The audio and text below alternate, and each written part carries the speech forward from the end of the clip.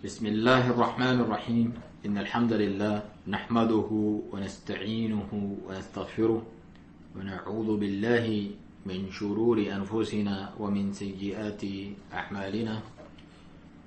من يهده الله فلا مضل له ومن يضلل فلا هادي له وأشهد أن لا إله إلا الله وحده لا شريك له وأشهد أن محمدا عبده ورسوله صلى الله عليه وعلى آله وصحبه وسلم تسليما كثيرا إلى يوم الدين ثم أما بعد. رسول اللہ صلی اللہ علیہ وسلم نے فرمایا کہ نعمتان، دو ایسی نعمتیں ہیں مقبوض فیہما کثیر من الناس، جن کے تعلق سے بہت سارے لوگ لاپرواہی برتتے ہیں یا نقصان میں ہیں، اس سے فائدہ نہیں اٹھاتے جس طرح اٹھانا چاہیے، اس کی ناقدری کرتے ہیں. الصحت والفراغ، ایک تو ہے صحت، تندرست ہونا، اور دوسری فراغت، فرصت، فری ٹائم ہونا کسی کے پاس. اس تعلق سے ہم انشاءاللہ شیخ ابن باز رحمہ اللہ سے جو سوال پوچھا گیا اور اس کی وضاحت اسے پیش کریں گے، اور اس کے بعد ریاض الصالحین کی شرح میں جو شیخ ابن عثیمین رحمہ اللہ نے فرمایا اسے بھی ہم ذکر کریں گے.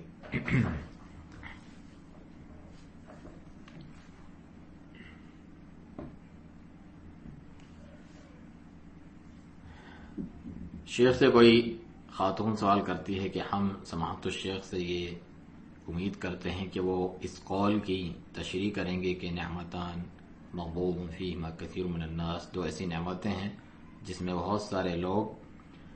بہت سارے لوگ بے قدری کرتے ہیں، صحت اور فراغت، فرصت، اور کہتی ہیں کہ میں سمجھتی ہوں کہ یہ حدیث ہے، یعنی انہیں علم نہیں کہ یہ کوئی قول ہے یا حدیث ہے. اس کے جواب میں شیخ ابن باز رحمہ اللہ فرماتے ہیں بالکل یہ حدیث ہے اور صحیح حدیث ہے، اور یہ حدیث ویسے بھی صحیح بخاری میں موجود ہے کہ نبی صلی اللہ علیہ وسلم نے فرمایا نعمتان مقبوض فیہما کثیر من الناس، دو ایسی نعمتیں ہیں جس میں غبن کرتے ہیں،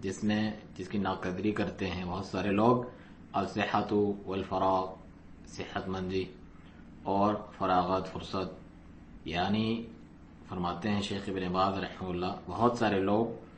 اپنی صحت کو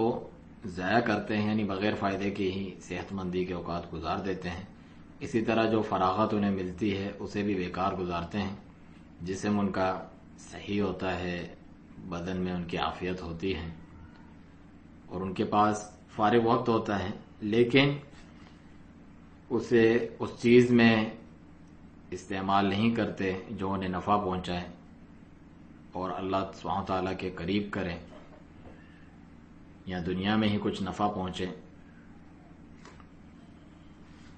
تو ان دونوں نعمتوں کی ناقدری کرتے ہیں، اس میں غبن کرتے ہیں. حالانکہ ایک مومن کو چاہیے کہ وہ اس نعمت کو غنیمت جانے اور اسے اس چیز میں استعمال کرے جس سے اللہ تعالیٰ راضی ہوتا ہے اور جو اسے بھی فائدہ دیتی ہے، جیسے تجارت میں بھی لگا سکتا ہے، اور جتنے مختلف انواع اقسام کے حلال کمائی ہے اس میں لگا سکتا ہے. بہت جو ہے باکثرت صوم و صلات، نماز روزے، اس میں لگا سکتا ہے. اللہ کے ذکر میں، اس کی عبادات، اطاعت فرمانبرداری میں، مریضوں کی عیادت میں، نیکی کا حکم دینا، برائی سے روکنا، اس میں لگا سکتا ہے، اور دعوت اللہ میں، اور اس جیسے دوسرے جو خیر اور بھلائی کے کام ہیں ان میں یہ وقت لگا سکتا ہے. ایک مومن جو ہے ان دونوں چیزوں کو، یعنی صحت اور فارغ وقت کو اس چیز میں مشغول کرتے ہوئے گزارے جس سے اللہ تعالیٰ راضی ہوتا ہے اور جو اس کو اس دنیا میں بھی فائدہ دیتا ہے حلال چیزوں کے ذریعے سے. اگر وہ ان دونوں نعمتوں کو یوں ہی چھوڑ دیتا ہے اور انہیں اس چیز میں نہیں کھا پاتا، نہیں استعمال کرتا جو اسے فائدہ دے، تو یہ غبن کرتا ہے اس میں. اور یہ جو غبن ہے یہ حرام بھی ہو سکتا ہے اور ایسا بھی ہو سکتا ہے کہ جو اسے نقصان نہ دے،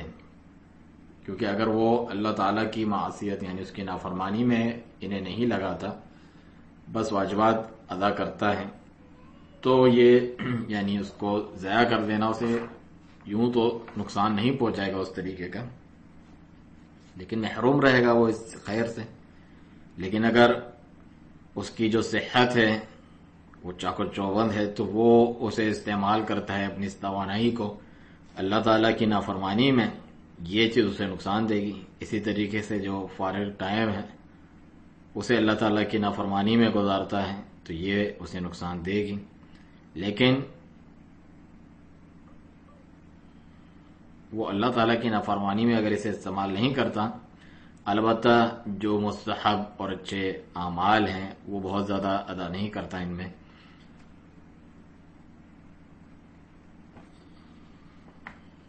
اور اس صحت کو اور اس فارغ وقت کو اس چیز میں استعمال نہیں کرتا جو اس کی دنیا میں اسے فائدہ دے، کیونکہ اس کے پاس ایسے ہیں جو اس کے یعنی جو کام ہے وہ اس کی جگہ پر وہ کام کرتے ہیں، اور اس کے اور اس کے خاندان کی دیکھ بھال ہو جاتی ہے، پھر بھی اس کے پاس جو ہے یعنی وقت ہے، صحت ہے، بچاوا ہوتا ہے، اور وہ اس بات پہ مجبور بھی نہیں ہے کمانے کے لیے، یا اس جیسے کاموں میں جو انسان مشغول ہوتا ہے تو اس کے پاس یہ چیزیں نہیں ہوتی، تو پھر یہ اس کو نقصان نہیں دے گی اس طریقے سے. البتہ جو ہے خیر اس سے چھوٹ جائیں گی.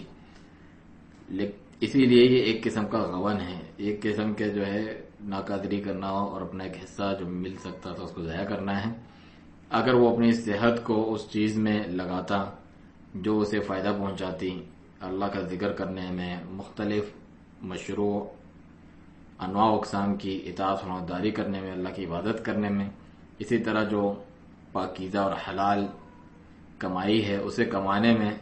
اگر وہ کماتا تو ظاہر ہے پیسہ آتا اور اسے وہ صدقہ خیرات بھی کرتا تو وہ اس کے لیے زیادہ بہتر ہوتا.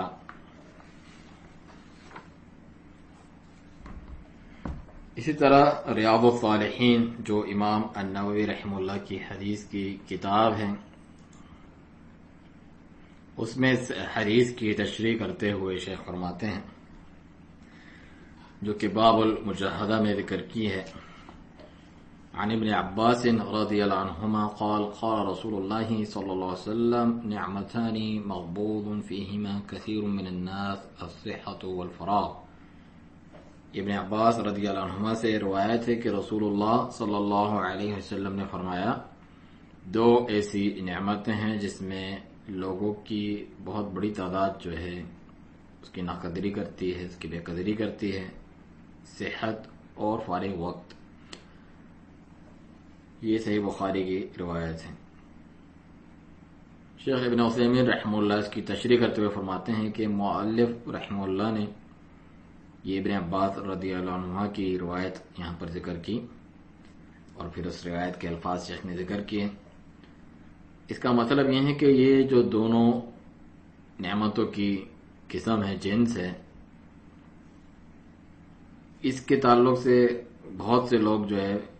لاپرواہی کرتے ہیں، اس میں وہ مغلوب رہتے ہیں، یعنی صحت اور فراغت، فرصت. وہ اس طرح کے جو انسان ہیں اگر وہ صحیح سالم ہوتا ہے، بیمار نہیں ہوتا، تو وہ اس بات پر زیادہ طاقت قدرت رکھتا ہے کہ ان چیزوں کو بجا لے جس کا حکم اللہ تعالیٰ نے دیا ہے کہ انہیں کیا جائے، اور وہ اس بات پہ قادر ہوتا ہے کہ ان چیزوں کو چھوڑ دے جسے اللہ تعالیٰ نے منع کیا ہے، کیونکہ وہ بالکل جو ہے صحیح صحت مند بدن کے ساتھ ہے، انشراح صدر، اس کا سینہ کشادہ ہے، اس کا دل مطمئن ہے. اسی طریقے سے فراغت اور جو فرصت کے اوقات ہیں، یعنی اس کے پاس وافر مقدار میں جو ہے اس کھانا پینا اور جو ضروریات زندگی اس کو مل جاتی ہے، اسے رہنے کی جگہ اور پناہ ملی ہوئی ہے، انہیں ان چیزوں کی کوئی یعنی ٹینشن اور پریشانی نہیں ہے، تو مطمئن ہے اور فارغ وقت ہے اس کے پاس. تو اگر انسان فارغ ہوتا ہے اور صحت مند ہوتا ہے تو وہ بہت زیادہ جو ہے ان چیزوں کی ناقدری کرتا ہے، ان سے کما حق کو فائدہ نہیں اٹھاتا، کیونکہ ہمارے بہت سے جو اوقات ہیں وہ بغیر فائدے کے ضائع ہو جاتے ہیں، حالانکہ ہم صحت کی حالت میں ہوتے ہیں، عافیت میں ہوتے ہیں، فراغت میں ہوتے ہیں، اس کے باوجود ہمارا بہت کچھ وقت ضائع ہوتا ہے، یہ چیزیں صحیح طور پہ استعمال نہیں ہو پاتی.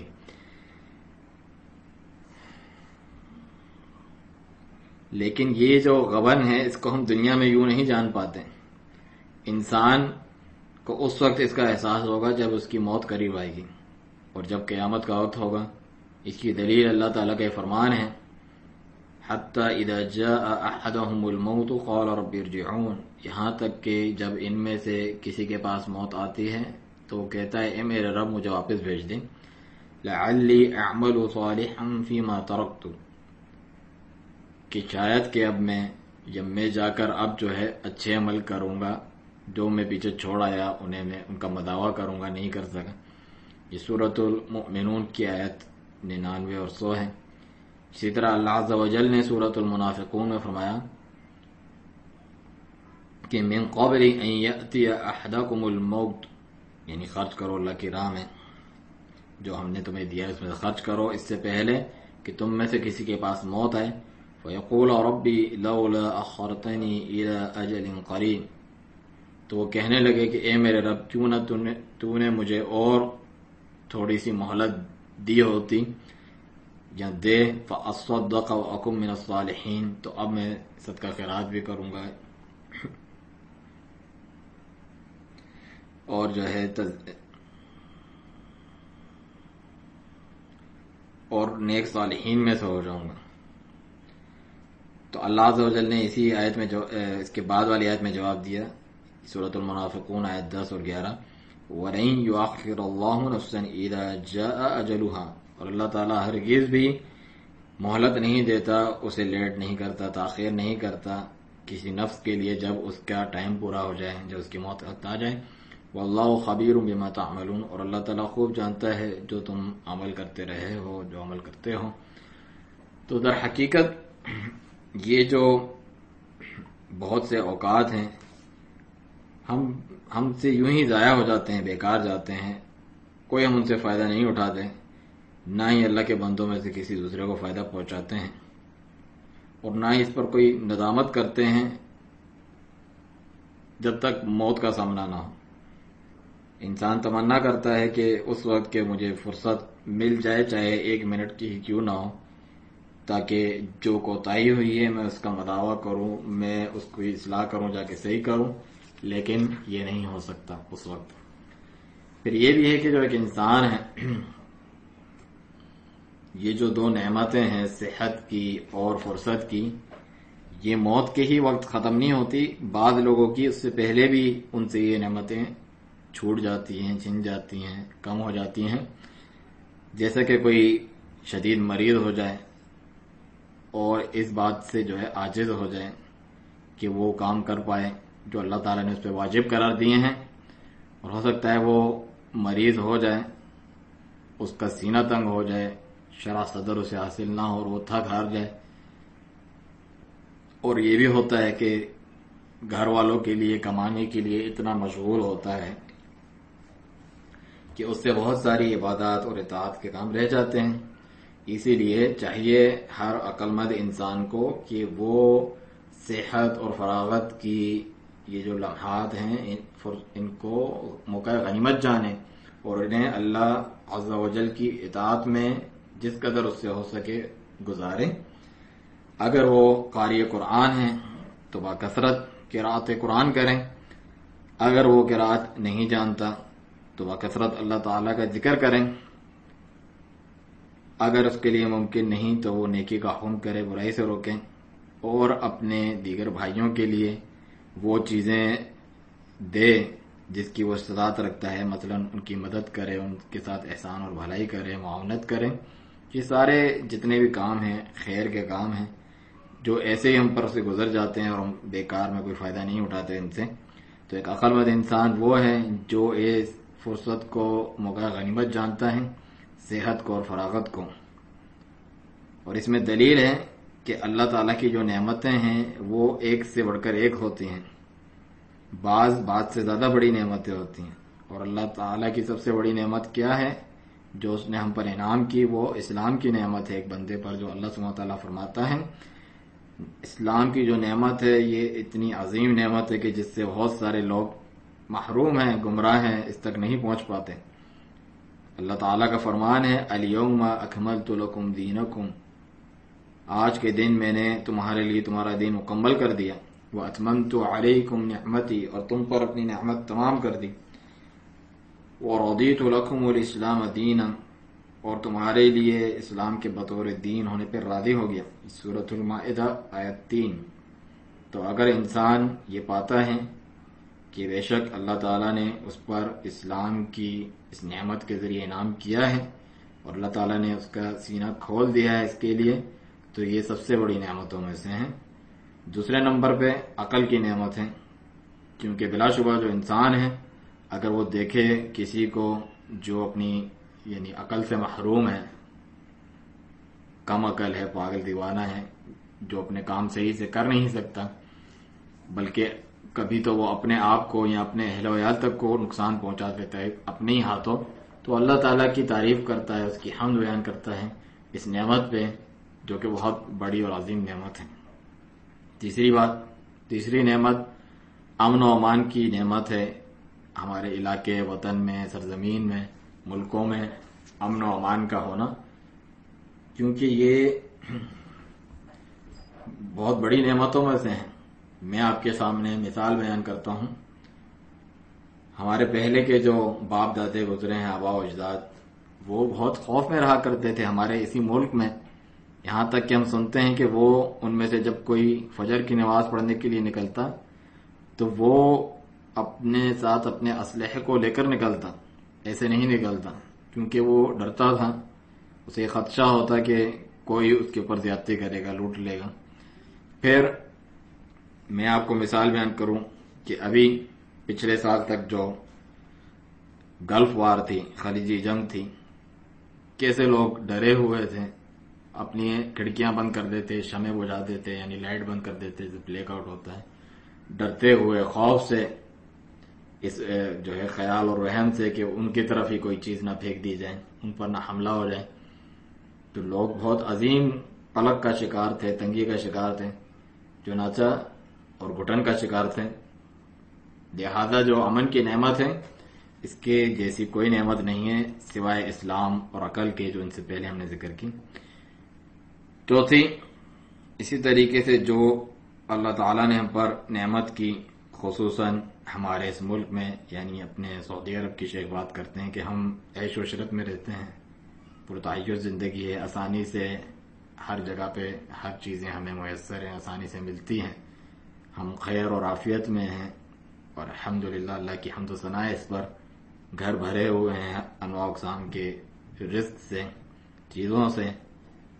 اور ان میں سے ایک کو اتنا کچھ دیا جاتا ہے رزق میں سے جو 2، 3 یا ان سے بھی زیادہ کے لیے کفایت کرنے والا ہو۔ تو یہ بھی اللہ تعالیٰ کی ہم پر نعمت ہے، اور ہمیں چاہیے کہ ہم اللہ سبحانہ تعالیٰ کا اس عظیم نعمت پر شکر ادا کریں اور اس کی اطاعت فرمانبرداری بجا لائیں، تاکہ ہم پر مزید فضل و احسان فرمائے اللہ سبحانہ تعالیٰ، کیونکہ اللہ تعالیٰ کا فرمان ہے وَإِذْ تَأَذَّنَ رَبُّكُمْ، اور جب تمہارے رب نے یہ اعلان کر دیا لَإِن شَكَرْتُمْ لَأَزِيدَنَّكُمْ، اگر تم شکر گزاری کرو گے تو میں ضرور تمہیں مزید دوں گا، وَلَئِن كَفَرْتُمْ إِنَّ عَذَابِي لَشَدِيدٌ، اور اگر تم کفران نعمت کرو گے، ناشکری کرو گے، تو بلا شبہ میرا عذاب بھی یقیناً بہت شدید ہے۔ یہ سورۃ ابراہیم کی آیت نمبر 7 ہے۔ تو اس کے ساتھ ہی شیخ ابن عثیمین رحمہ اللہ کی بھی یہ تشریح ختم ہوئی۔ اللہ سبحانہ تعالیٰ سے دعا ہے جو کچھ سنا ہے اس پر عمل پیرا ہونے کی توفیق دیں، اور جو نعمت ہے صحت کی، فارغ وقت کی، اسے اللہ تعالیٰ کی اطاعت فرمانبرداری میں گزارنے، اس کی نافرمانیوں سے بچنے میں گزارنے کی ہمیں اور تمام مسلمانوں کو توفیق دے۔ سبحانک اللہم و بحمدک، اشہد ان لا الہ الا انت، استغفرک و اتوب الیک۔